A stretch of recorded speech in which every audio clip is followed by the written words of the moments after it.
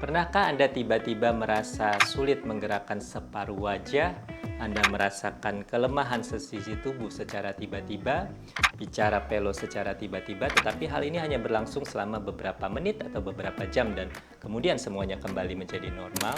Banyak yang menganggap sepele keluhan seperti ini dan dianggap sebagai kelelahan biasa. Padahal bisa jadi ini merupakan suatu tanda penyakit yang disebut dengan TIA atau singkatan dari Transient Ischemic Attack atau serangan stroke sepintas atau dalam sehari-hari sering dikenal sebagai stroke ringan. TIA terjadi ketika aliran darah di sebagian otak tersumbat, tetapi sumbatannya hanya terjadi sebagian atau sementara waktu. Karena sumbatannya tidak bertahan lama, maka keluhan ini hanya berlangsung beberapa saat saja.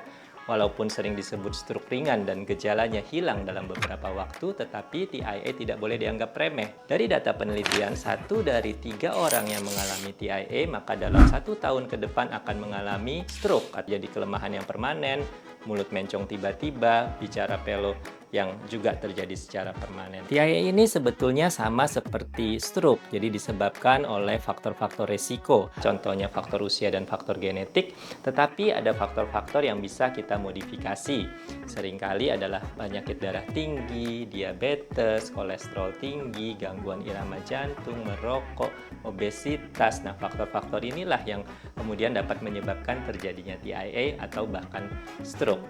Ya, kalau Anda mengalami gejala-gejala seperti yang disebutkan tadi, jangan tunggu hingga sembuh sendiri, Anda harus langsung datang ke UGD dan mendapatkan pengobatan yang optimal.